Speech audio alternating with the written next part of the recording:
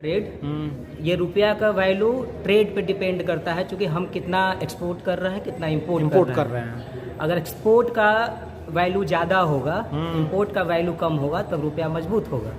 लेकिन एक्सपोर्ट कम होगा और इंपोर्ट बढ़ता जाएगा तो क्या होगा, क्योंकि हमारे यहाँ फॉरेन रिजर्व उस कॉन्टेक्स्ट में कमेगा तो रुपया का वैल्यू उस सेंस में गिरता जाता है। तो अभी आयात बढ़ गया, निर्यात कम हो गया है अमेरिकी प्रतिबंधों और इन सबके वजहों से। नमस्कार, मैं पंकज कुमार। अमेरिकी डॉलर के मुकाबले रुपया पहली बार 90 रुपया 29 पैसे के रिकॉर्ड स्तर पे नीचे चला गया है। क्या अब ऐसा भी हो सकता है कि $1 बराबर 100 रुपये का होगा और तब भी कहा जाएगा यह पहली बार हुआ है? जानकार मानते हैं कि रुपया डॉलर के मुकाबले 88 रुपये 80 पैसे के नीचे जाना मनोवैज्ञानिक और तकनीकी सपोर्ट टूटने जैसा है। इससे और कमजोरी का खतरा बढ़ जाता है। 2025 में रुपया टूटकर 5% गिर चुका है और बीते एक साल में 6.5% घट चुकी है। यानी आपके बटुए का वजन तो वही ही है, लेकिन इसमें रखे पैसे का वैल्यू घट गया है। रुपया गिरने का कई कारण हो सकते हैं, लेकिन कुछ कारण स्पष्ट दिख रहा है, जैसे कि भारत का व्यापार संतुलन, भारत का व्यापार घाटा बढ़ गया है, निर्यात की रफ्तार धीमी हो गई है और आयात का बोझ बढ़ गया है। जाहिर सी बात है, निर्यात कम होने से डॉलर का आवक कम हुआ है और रुपये का डिमांड कम हो गया है, जिससे रुपया नीचे गिर गया है। ऊंचे टैरिफ के बीच अमेरिका के साथ ट्रेड डील अटकने से निर्यातक परेशान है। ऊंचे टैरिफ से भारतीय सामानों की कीमत बढ़ेगी। इस बीच रूस से अमेरिकी दबाव में सस्ते कच्चे तेल का आयात घटा और अमेरिका से बढ़ा रुपये पर दबाव बढ़ा, क्योंकि पूरा पेमेंट डॉलर में करना पड़ रहा है। विदेशी संस्थाएं भारतीय शेयर बेच रही है। विदेशी निवेशक अपना पैसा भारत से निकाल रहे हैं। इससे डॉलर की मांग और रुपये की कीमत कमजोरी बढ़ी। अमेरिका में ब्याज दरें घटने की उम्मीद में विदेशी निवेशक घर लौट रहे हैं। कोटक महिंद्रा बैंक के संस्थापक उदय कोटक कहते हैं, यह स्मार्ट मूव है। उनके मुताबिक विदेशी निवेशक ज्यादा चालाक है। BOB के चीफ इकोनॉमिस्ट मदन सबनबीस कहते हैं, गौर करने की बात है कि डॉलर इंडेक्स अभी 100 के नीचे है, यानी डॉलर खुद कमजोर हो रहा है। ऐसे में रुपया मजबूत होना चाहिए। यह इसका मतलब है कि हम इस कमजोरी के फंडामेंटल दौर में हैं, पर रिजर्व बैंक हस्तक्षेप नहीं कर रहा है। राहत की बात यह है कि 2026 में डॉलर कमजोर होने का संकट है। इससे रुपये को सपोर्ट मिलेगा। रुपये गिरने का सीधा असर आम लोगों पर पड़ेगा। महंगाई से परेशान जनता और अधिक महंगाई की मार झेलेगी। रुपया कमजोर होने से पेट्रोलियम, सोना चांदी, खाने के तेल और काजू बादाम समेत हर चीज महंगी हो जाएगी, जो इसे दूसरे देशों से आयात करते हैं। खासकर आयात करने के लिए डॉलर में पेमेंट करते हैं। इसके लिए पहले से अधिक कीमत चुकानी होगी। लागत बढ़ेगी तो कीमत का इजाफा होगा ही। पेट्रोल की कीमत बढ़ने से माल ढुलाई महंगा होगा और कीमत आसमान छूने लगेगी। गरीब ही नहीं, मध्यम वर्ग भी हल्कान होने लगेंगे। खाने पीने का सामान ही नहीं, बल्कि आम आदमी की पहुंच में रही चांदी 3 दिसंबर को एक दिन में ही 5440 रुपये कीमत बढ़ गया और आज यह 1,78,190 रुपये प्रति किलो के रिकॉर्ड स्तर पर पहुँच गया है। हालांकि रुपये के गिरने के कुछ IT कंपनियों को, कुछ निर्यातक और उनके परिवारों को फायदा जरूर होगा।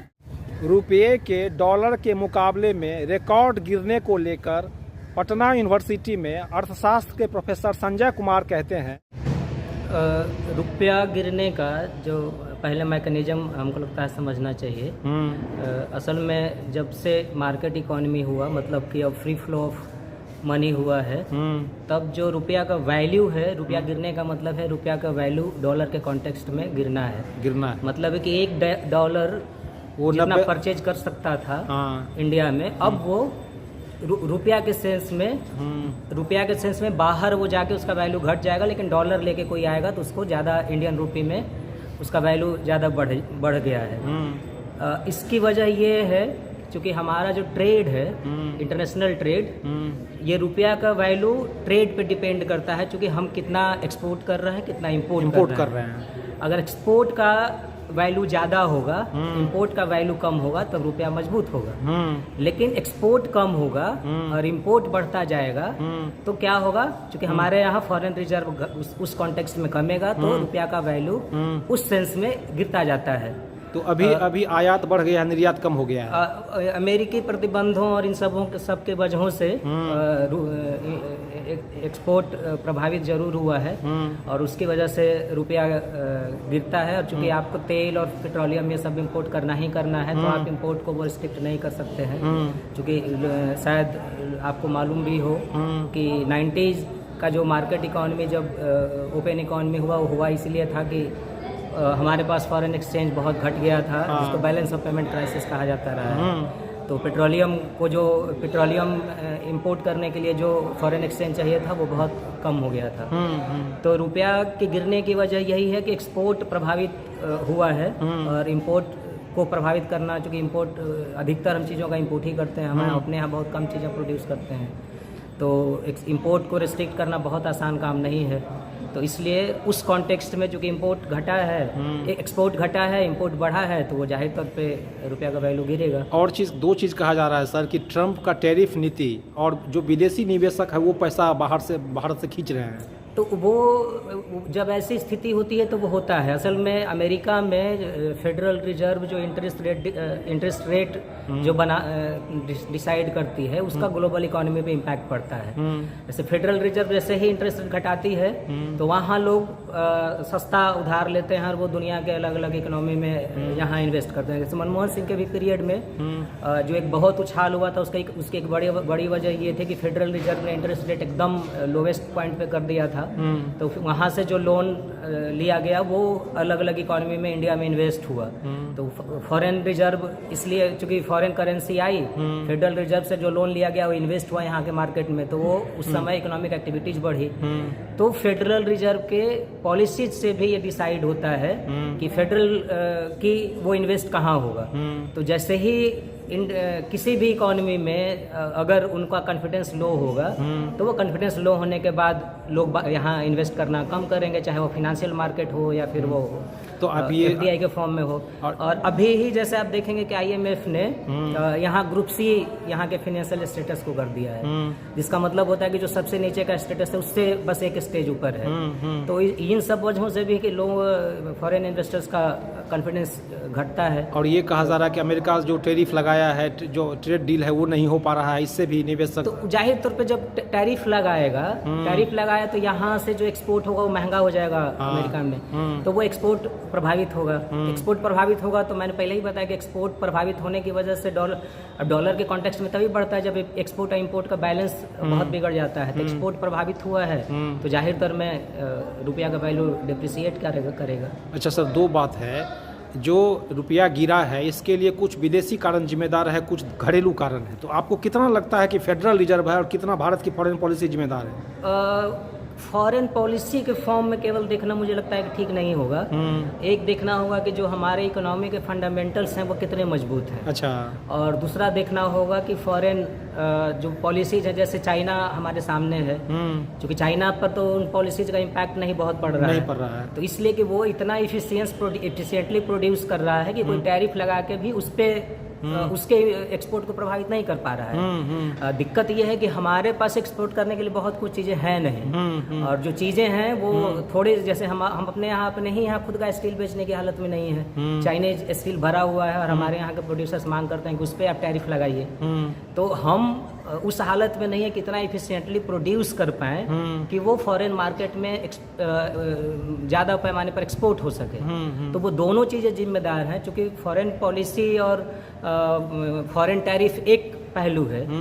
हम खुद भी अपने यहाँ के कंजम्पशन के लिए इंपोर्ट पर डिपेंडेंट हैं। तो ये दोनों ही पहलू है। हमारे इकोनॉमी का फंडामेंटल्स भी उतना मजबूत नहीं है, खास करके जो मैन्युफैक्चरिंग सेक्टर है वो भी इतना मजबूत नहीं है कि हम केवल फॉरेन पॉलिसी को जी पर जवाब दे ठहरे।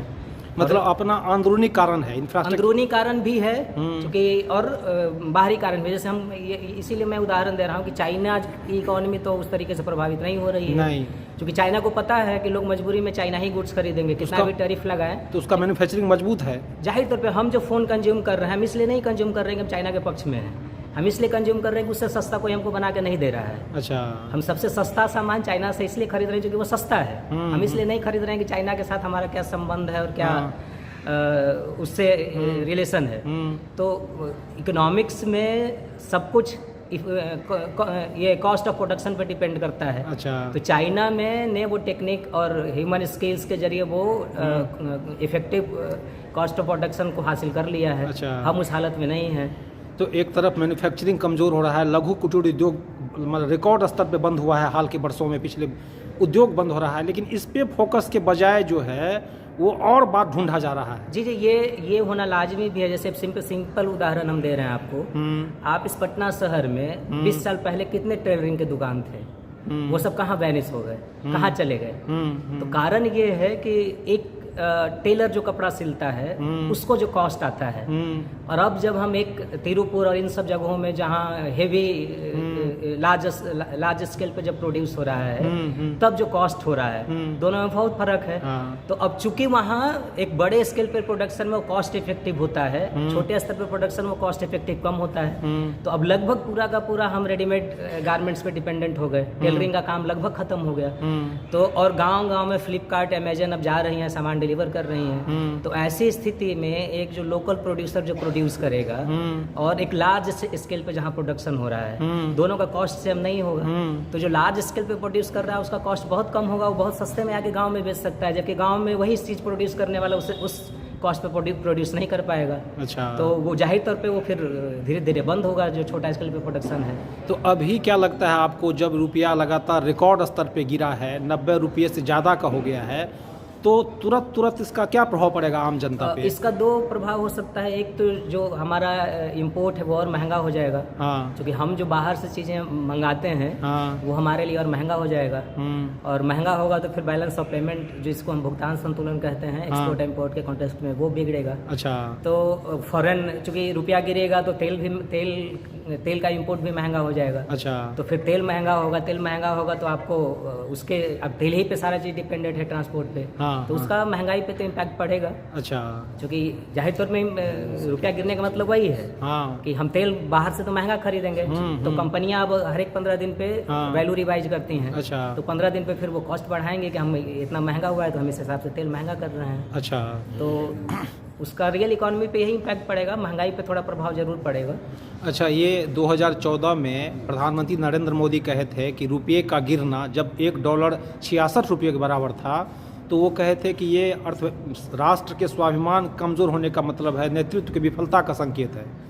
अभी इसको आप कैसे देखते हैं जब ये डॉलर मुझे लगता है कि अब राष्ट्र का स्वाभिमान और ये मार्केट इकोनॉमी के बाद ही अब वो उस तरीके से नहीं रह गया। अच्छा। मार्केट इकोनॉमी में वो राष्ट्र का जो उसके पहले जो एक स्ट्रक्चर था और राष्ट्र का स्ट्रक्चर मार्केट इकोनॉमी के बाद है, वो दोनों बदल गया है। दोनों बदल गया तो इसलिए अब ये प्रधानमंत्री ने जो भाषण दिया होगा इसका राजनीतिक मतलब कुछ हो सकता है। अच्छा। लेकिन इकोनॉमिक्स में तो अब स्वाभिमान जोड़ेंगे तो हमारे पास स्वाभिमान के लिए हमारा कोई अपना सामान है ही नहीं, हम सब कुछ खरीद रहे हैं, चाइना से ले रहे हैं या फिर कहीं और से ले रहे हैं। अच्छा। तो ये जो है उस समय में वो कहते कि ये नेतृत्व की विफलता है, नेतृत्व की कमजोरी है, लीडरशिप की कमजोरी है, मनमोहन सिंह के लिए बोले थे वो। अब क्या लगता है आपको? अभी के इकोनॉमिक्स में सब कुछ सरकारों के नियंत्रण में नहीं है। अच्छा। सरकारें जो भी कहें अब सब कुछ सरकारों के नियंत्रण में नहीं है। अच्छा। क्योंकि जो फ्री फॉल जिसको जो मार्केट डिसाइड कर रहा है, तो मार्केट में सरकारों के नियंत्रण में ये होता है कि उनके पास कुछ पैसा होता है, वो रिलीज करते हैं कुछ और, मतलब वही तरीका लगाते हैं। अच्छा। तो इसलिए पॉलिसी की विफलता ये है कि हम अपने यहाँ मैन्युफैक्चरिंग सेक्टर को मजबूत नहीं करा पा रहे हैं। अच्छा। एम्प्लॉयमेंट बहुत नहीं बढ़ रहा है, जो कि हम देख रहे हैं ऑलरेडी कि जितने छोटे छोटे उद्योग थे, आपने ही बताया कि बंद हो रहे हैं। आप देख लीजिए कि जितने छोटे छोटे दवाई की दुकानें थी लगभग खत्म होने के कगार पर है। अब किराना दुकान पे वो हमला है, क्योंकि अब ब्लैंकेट और ये सारे लोग हर एक सोसाइटी में डिलीवर कर रहे हैं। तो इससे क्या होगा कि जिन लोगों का रोजगार जाएगा वो तो मार्केट से बाहर हो जाएंगे, तो वो फिर फर्दर डिमांड घटेगा। तो इकोनॉमी के सामने जो सबसे बड़ी संकट है वो ये है कि डिमांड लगातार कम हो रहा है। डिमांड कम हो रहा है, इसका मतलब ये है कि जनता का एक बड़ा हिस्सा है वो इस मार्केट से बाहर जा रहा है, जो कि उसके पास खरीदने की क्षमता नहीं है। तो ये मार्केट के फंडामेंटल्स को फाइनली जाहिर तौर पे कमजोर करेगा, क्योंकि हम घरेलू जो हमारा घरेलू डिमांड है वो रोजगार और ये सब डिफाइन करता है। अच्छा। क्योंकि घरेलू रोजगार जाएगा तो फिर उसके वजह से डिमांड प्रभावित होगा, तो लोगों का और रोजगार जाएगा। अच्छा। 1930s का जो पूरा मंदी था वो यही था। अच्छा। तो अब के इकोनॉमिक्स में जो अप्रोच है, मार्केट अप्रोच, वो असल में इनइक्वालिटी को बहुत बड़े स्तर पर बढ़ा रहा है। अच्छा। जैसे बिहार में अक्सर हम लोग कहते हैं कि इतना तो सब कुछ हो रहा है, तो लेकिन पलायन हो रहा है। पॉपुलेशन इतना ज्यादा है कि हम बहुत छोटे हिस्से के डिमांड के जरिए भी एक समय को सर्वाइव करा सकते हैं। लेकिन ये लॉन्ग टर्म में प्रॉब्लम क्रिएट करेगा, क्योंकि बड़ी आबादी को निर्भर रखना पड़ेगा हमको। वो ह्यूमन लेबर डिपेंडेंट हो जाएगी, चाहे सरकारी योजनाएं हैं और या फिर सरकारी रियायतें हैं, तो इसको फिर कैरी करना लॉन्ग टर्म में मुश्किल होगा। तो लॉन्ग टर्म उपाय यही है कि जो लोग रोजगार से बाहर जा रहे हैं, मतलब जिसको हम कहते हैं कि ह्यूमन जो रिसोर्सेज है उसको ह्यूमन कैपिटल में कितना बदल रहे हैं, वो खुद चूँकि इसको हम लोग इकोनॉमिक्स से मल्टीप्लायर इफेक्ट कहते हैं कि हम जो कुछ इन्वेस्टमेंट कर रहे हैं उसका रोजगार पे क्या इम्पैक्ट पड़ रहा है। अगर रोजगार पे इम्पैक्ट नहीं पड़ेगा तो इकोनॉमी में लंबे समय तक वो रोल प्ले नहीं कर सकती है। तो प्रॉब्लम वही है कि हम मार्केट अप्रोच में है कि आप सप्लाई बढ़ाइए ताकि प्रोडक्शन को रियायतें दीजिए, लेकिन आप सामने देख लीजिए कि हम जहाँ खड़े हैं उसको दो तरफ पुल है और अराउंड 5,000 करोड़ का इन्वेस्टमेंट हुआ होगा दोनों पुल मिला के। हाँ, लेकिन इससे कितना रोजगार क्रिएट हुआ है? कुछ नहीं रोजगार क्रिएट हुआ, मशीन आके बना दिया है। तो अब वही इकोनॉमी के साथ हो रहा है कि इन्वेस्टमेंट तो हो रहा है, लेकिन वो रियल इकोनॉमी पे कितना इम्पैक्ट डाल रहा है। जीएसटी सरकार को मिल जाएगा, रोजगार लेकिन क्रिएट नहीं होगा। रोजगार तो क्रिएट नहीं होगा। फर्दर जो बिहार की इकोनॉमी को फर्दर मदद कर सकता था, ट्रांसपोर्ट की सहूलियत हो जाएगी, लेकिन ट्रांसपोर्ट की सहूलियत से एक बहुत लिमिटेड इम्पैक्ट पड़ेगा फर्दर डेवलपमेंट पे। मतलब सड़क बन जाएगा, उसी पे दौड़ के हम लोग पढ़ाएं, कंसंट्रेट होगा ना, क्योंकि जो कंपनी पुल बना रही है उसी कंपनी का सारा एसेट है, वो सारा काम वही कर रही है। तो उस कंपनी को के पास वो पूरा कंसंट्रेट होगा, वो असल में एम्प्लॉयमेंट में लोगों के जीवन पे बहुत इम्पैक्ट नहीं देगा जिनको जरूरत है। अच्छा सर, एक बता दीजिए कि जो रुपया गिर रहा है उसको संभालने के लिए जो संबंधित संस्थान है भारत में, जैसे रिजर्व बैंक या और भी जो संस्थान है, वो कितना काम कर रही है इसको इफिशिएंसी से? मैंने पहले ही बताया कि अब जो दुनिया भर में इकोनॉमिक पॉलिसी हो गई है उसमें सरकारों के नियंत्रण में बहुत कुछ नहीं है। अच्छा। वो नियंत्रण हम ऑलरेडी छोड़ चुके हैं, बहुत लिमिटेड स्कोप है। अच्छा। तो चूंकि जो रुपया गिर रहा है वो हमारे डॉलर के कॉन्टेक्स्ट में गिर रहा है। तो डॉलर और ज्यादा हो, इसका दो ही तरीका हो सकता है कि या तो फॉरेन इंस्टीट्यूशनल इन्वेस्टमेंट हमारे यहाँ आए, या फिर एक्सपोर्ट जो करेंगे उसके चलते डॉलर आए। अच्छा। तो अब ये दोनों मार्केट पे डिपेंडेंट है, ये हमारे हाथ में नहीं है। अच्छा। तो इसीलिए बहुत ये एक क्रिटिक शुरू से मार्केट इकोनॉमी के बारे में रहा है कि जब डेवलपिंग इकोनॉमी के सामने बहुत बड़ा चैलेंज होता है, क्योंकि वो अपने नियंत्रण अपने हाथ से बाहर निकाल देते हैं, उनके हाथ में बहुत कुछ नहीं रह जाता है। अच्छा। दुनिया भर के इकोनॉमी का ये एक्सपीरियंस है। अच्छा, तो सर अभी जो है जो भारत के आर्थिक सलाहकार हैं या बड़े बड़े अर्थशास्त्री हैं, वो एक तरह से ये कह रहे हैं कि रुपये का गिरना अच्छा है। मैंने इस बात को वो इसलिए कह रहे हैं ना कि रुपये के गिरने से उनको, चूंकि रुपया गिरेगा तो एक्सपोर्ट सस्ता होगा, भारत का सामान बाहर की दुनिया में सस्ता होगा। तो एक्सपोर्ट बढ़ेगा, लेकिन ये रियल इकोनॉमी में कितना काम करेगा ये कहना बहुत मुश्किल है, क्योंकि हम थ्योरेटिकली बहुत चीज़ें एज्यूम कर ले सकते हैं। क्योंकि जैसे हम एज्यूम कर लेते हैं कि जीडीपी बढ़ा है, पर कैपिटा बढ़ा है, लेकिन पर कैपिटा ओवरऑल सब कुछ नहीं बताता है। नहीं, तो आदमी का जीवन स्तर उस अनुपात में नहीं बदल हो सकता है। जैसे कुछ लोगों का जीवन स्तर बहुत बढ़िया हो जाएगा, बाकी लोगों के जीवन पे बहुत इम्पैक्ट नहीं पड़ेगा। इसमें भी कहा जा रहा है कि रुपया गिरने से आईटी सेक्टर को फायदा होगा, कुछ घराना को फायदा होगा, आम आदमी पर। इसीलिए मैं कह रहा हूँ कि सस्ता होने से होगा क्या कि जो एक्सपोर्ट हो रहा है वो और सस्ता हो जाएगा। अच्छा। लेकिन अब हमारे पास एक्सपोर्ट करने के लिए है क्या क्या? असल बुनियादी सवाल तो ये है, वही ना, कि एक तरह से आपका मैन्युफैक्चरिंग कमजोर है। हाँ, तो आप क्या निर्यात कीजिएगा? वही इसीलिए मैंने पहले ही आपको कहा कि चूंकि हमारा जो फंडामेंटल्स है वो मैन्युफैक्चरिंग सेक्टर है, हम एक्सपोर्ट करते क्या क्या है ये देखना पड़ेगा। तो हम तो जनरली अधिकतर चीजों के लिए इंपोर्ट पे निर्भर है, क्योंकि हमने जो तरीका लिया, जैसे यही मॉडल का फर्क है। चाइना ने हार्डवेयर इंडस्ट्री को प्रमोट किया, भारत ने शुरू में बहुत आसान रास्ता अपनाया, सॉफ्टवेयर इंडस्ट्री अपनाया। तो हम जो एक्सपोर्ट करते हैं उसमें आईटी सेक्टर का एक रोल है, लेकिन आईटी में हार्डवेयर हम नहीं एक्सपोर्ट करते। नहीं। हम जो वो जनरली जिसको कहते हैं कि माइंड पावर से जो जुड़ी हुई चीज़ है वो करते हैं। चाइना ने ठीक उसी समय अपने मैन्युफैक्चरिंग सेक्टर को बहुत मजबूत किया। अच्छा। और वो इस कॉन्फिडेंस में है कि कोई कितना भी टैरिफ बढ़ा ले वो मजबूरी में चाइना से ही खरीदेगा। आप देखेंगे कभी चाइना ने किसी इकोनॉमी के सामने, अमेरिका के सामने भी कोई नेगोशिएशन करने चाइना नहीं गया। मतलब हम आर्थिक विकास जो किए वो प्रथम सेक्टर, कृषि, द्वितीय सेक्टर, उद्योग को छोड़ के अचानक तीसरा सेक्टर में जो टर्शियरी सेक्टर में चले गए। तो वो मैन्युफैक्चरिंग सेक्टर के बिना ये बहुत मुश्किल है। क्योंकि हमारे पास, इसीलिए मैंने कहा कि हमारे पास बहुत कुछ निर्यात करने के लिए जब होगा तभी ये इसका भी फायदा मिलेगा। तो हम जो अज्यूम करते हैं वो रियल इकोनॉमी में कितना काम कर रहा है ये तो बाद में ही पता चलेगा। तो कहीं ऐसा तो नहीं है कि जो संबंधित संस्था है वो एक जानबूझ के इस तरह का नरेशन डेवलप कर रहा है कि कहीं देश में जो है रियल चीज़ ढका छुपा रहे? नहीं, वो हर एक समय होता है। सरकारें असल में जो उनको पॉजिटिव लगता है, जो उनको अपने साइड से वही इंटरप्रेट करती हैं। अच्छा। ये तो हर एक सरकारें करती हैं कि उनको वो अपनी पॉलिसी को डिफेंड करने के लिए अपने तरीके से इंटरप्रेट करती हैं। अच्छा। लेकिन अब एकेडमिक्स में और रियल सेंस में क्या मतलब है? अच्छा।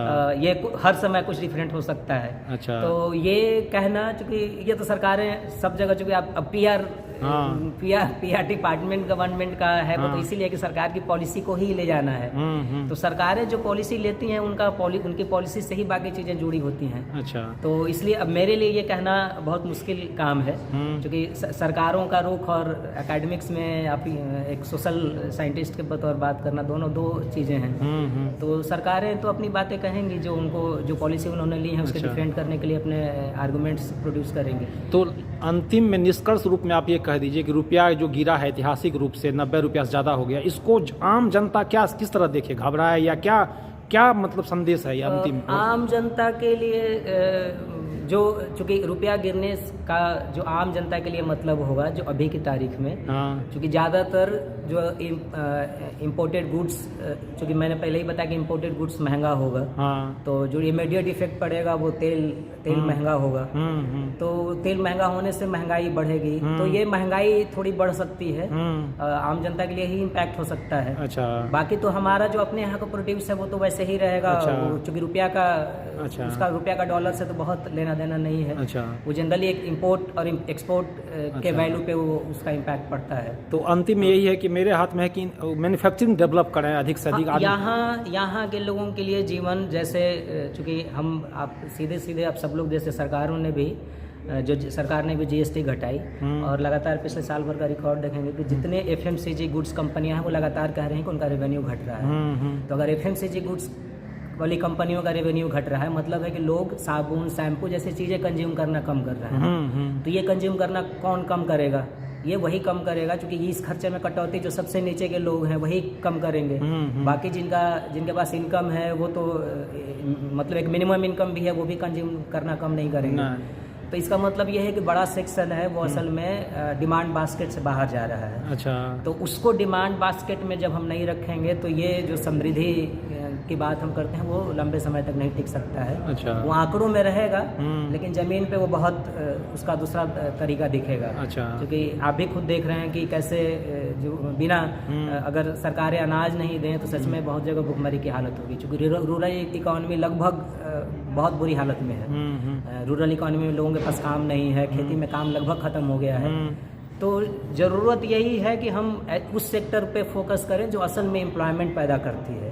क्योंकि यही इकोनॉमिक्स है कि अगर प्रोडक्शन सेक्टर मजबूत नहीं होगा, क्योंकि प्रोडक्शन सेक्टर इकोनॉमी में लॉन्ग टर्म इम्पैक्ट करती है।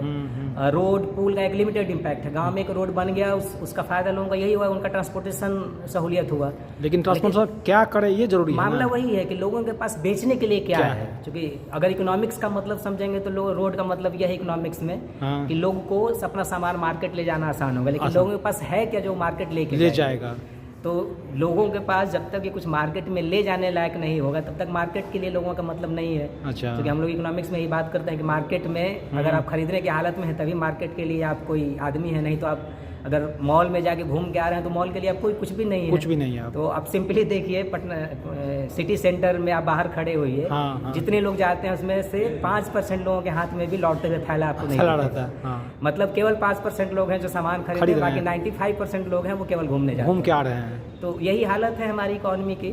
तो ज़रूरत है कि जो इनकम कंसंट्रेटेड है उसको कैसे उस बास्केट को और बढ़ाया जाए ताकि जो कंजम्पशन बास्केट है वो लोगों का बढ़े। क्योंकि कुछ लोगों की इनकम बहुत ज़्यादा है तो उनकी कंजम्पशन बास्केट तो बढ़ेगी, लेकिन उसका भी एक लिमिट है कि मर्सिडीज खरीदने के बाद तो कोई हवाई जहाज़ नहीं खरीदेगा, तो वो ऑलरेडी खरीद चुके हैं तो उनका भी कंजम्पशन एक लेवल पे सैचुरेट हो जाएगा। और जिनको कंजम्पशन चाहिए उनके पास कंजम्पशन करने के लिए कंजम्पशन करने के लायक हालत नहीं है कि वो कुछ खरीद सके बाजार से। तो यही है कि जब तक कि हम मैन्युफैक्चरिंग सेक्टर नहीं मजबूत करेंगे और लोगों का इनकम नहीं बढ़ाएंगे, क्योंकि आप जैसे अभी सरकार ने 10-10 हज़ार दिया है रोजगार के लिए, बांट दिया, लेकिन ये टारगेटेड इन्वेस्टमेंट नहीं होगा। नहीं जैसे 10,000 जा रहा है तो लोग रोजगार ही उससे कर रहे हैं, कैसे पता चलेगा? ये तो वोट खरीदने के लिए था, वो जो भी हो, लेकिन 10,000 मिले तो वो रोजगार में ही लगा हो, इसका तो कोई हमारे पास ट्रांसपेरेंसी है नहीं। कुछ नहीं वो बाजार से भी कुछ खरीद सकते हैं, कपड़ा खरीद सकते हैं। तो ये इसीलिए हम लोग डीबीटी से पहले जो कहा जाता था कि सरकार को साइकिल देना है तो साइकिल ही देना चाहिए, क्योंकि वो साइकिल सच में जो हम टारगेट किए हैं वो अचीव करेगा। आप पैसा दे रहे हैं तो पैसा कहाँ खर्च हो रहा है नहीं मालूम, कोई मालूम नहीं है। तो इसलिए हम जो अज्यूम किए हैं वो भी हासिल नहीं किया जा सके। तो ये एक है दिक्कत कि जो हम टारगेट कर रहे हैं वो जरूरी नहीं है कि वो मीट हो, जो कि हम तो 10,000 रुपया दिए हैं। इससे एक चीज एज्यूम हुआ है, बोर्ड खरीद लिया गया है, जनता चुप हो गया है, सरकार बन गई है। अब ये मेरे लिए तो कहना मुश्किल है, ये आप कह सकते हैं या और लोग कह सकते हैं, क्योंकि मेरे लिए कहना मुश्किल है। हम बस इतना ही कहेंगे कि वो अगर सीधे कोई रोजगार क्रिएट करने में कुछ ऐसा होता तो वो पता चलता कि रोजगार हुआ है, लेकिन इसमें तो कोई ट्रांसपेरेंसी है नहीं। 10,000 कहाँ खर्च हो रहा है, लोगों ने क्या किया है, ये तो किसी को नहीं मालूम। नहीं, उसमें कुछ लोगों ने हो सकता है कोई व्यवसाय किया हो, लेकिन कुछ लोग, बहुत सारे लोग ऐसे भी होंगे जिन्होंने कोई दूसरे कंजम्पशन पे खर्चा किया हो। तो हम जो अचीव करने के लिए सोच रहे हैं वो तो हम नहीं हासिल कर पाएंगे, क्योंकि हुआ ही नहीं वो। तो सबसे बड़ा सवाल है, जब 2014 में के आसपास यूपीए सरकार के समय रुपया एक डॉलर के मुकाबले लगभग 66 रुपये लुढ़का था, तब पीएम मोदी ने उस समय कहा था कि रुपये का गिरना राष्ट्र के स्वाभिमान और के कमजोरी का परिचायक है। रुपये का गिरना प्रधानमंत्री के नेतृत्व की विफलता है। यदि उस समय रुपये का गिरना राष्ट्र की कमजोरी और नेतृत्व की विफलता होगा तो अब यह कैसे मजबूत होगा? नेतृत्व देश के लिए अच्छा हो गया है। यदि यह सचमुच देश के लिए अच्छा है तो फिर सरकार अपने से ही रुपये क्यों नहीं गिरा देती है? फिर सरकार के मुख्य आर्थिक सलाहकार बी अनंत नागेश्वरन क्यों कहते हैं सरकार को इस गिरावट से कोई चिंता नहीं है, रुपये में अगले साल तक सुधार की उम्मीद है। ये ऐसा दौर है जिसमें सरकार के हर विफलता का, चाहे वह व्यापार घाटा हो, रुपये का गिरना या महंगाई की मार, अर्थशास्त्रियों का एक बड़ा वर्ग इसे देश के लिए अच्छा बताते हैं। हर वो परिस्थिति जिससे आम जनता हलकान हो, इसे राष्ट्र के विकास के लिए आवश्यक बताया जा रहा है और लोगों से इसके लिए खुशी खुशी सब कुछ झेलने को कहा जाता है। बढ़ती बेरोजगारी के बीच लगातार उद्योग धंधे बंद हो रहे हैं, लघु और कुटीर उद्योग रिकॉर्ड स्तर पर बंद हो गए हैं, लेकिन दरबारी अर्थशास्त्री इस दौर में जनता को वो हर परेशानी को देश के लिए अच्छा बताते हैं जिससे सरकार के सेहत पर असर न पड़े। आखिर यह कैसे विदेश नीति है जिसमें हम अमेरिकी द्वारा चीन से भी अधिक टैरिफ लगाने की बात झेल रहे हैं? भारत अमेरिका ट्रेड डील नाजुक स्थिति में है। प्रवासी भारतीयों को बेदी लगाकर अमेरिका से भारत भेजा जा रहा है। 40 से अधिक बार ट्रंप दावा किया है कि ऑपरेशन सिंदूर के बाद भारत पाकिस्तान के बीच के युद्ध को उन्होंने रुकवाया है। ऑपरेशन सिंदूर के बाद हमने अपना प्रतिनिधित्व विदेशों में भेजा। हालांकि पाकिस्तान संयुक्त राष्ट्र संघ में शांति समिति का अध्यक्ष बन गया, लेकिन फिर भी भारत के विदेशी नीति की सफलता का दावा किया जाता है। ऐसे में मुख्य धारा की मीडिया की भूमिका गौर करने लायक है। आप देखिए हिंदी के अखबारों में रुपये गिरने की खबर को किस तरह छापा जा रहा है, इसको लेकर कितने सवाल पूछे जा रहे हैं। प्राइम टाइम बहस में रुपया गिरना कोई मुद्दा है भी क्या? इतनी बड़ी आर्थिक संकट पर मुख्यधारा की मीडिया औपचारिकता पूरा कर रहा है। रुपये गिरने पर राग दरबारी मीडिया अपना राग दरबारी धुन बजा रहा है। रही बात आम जनता की, तो हम यह नहीं मानते हैं कि हर बार चुनाव से एन पहले जनता के खाते में 10,000 देकर चुप करा देगी और सरकार वोट खरीदकर सरकार बना लेगी। देर सवेर जनता इस खेल को भी समझ जाएगी। ये अलग बात है कि तब तक बहुत देर हो चुकी होगी। आप देख रहे हैं पंकज का संवाद।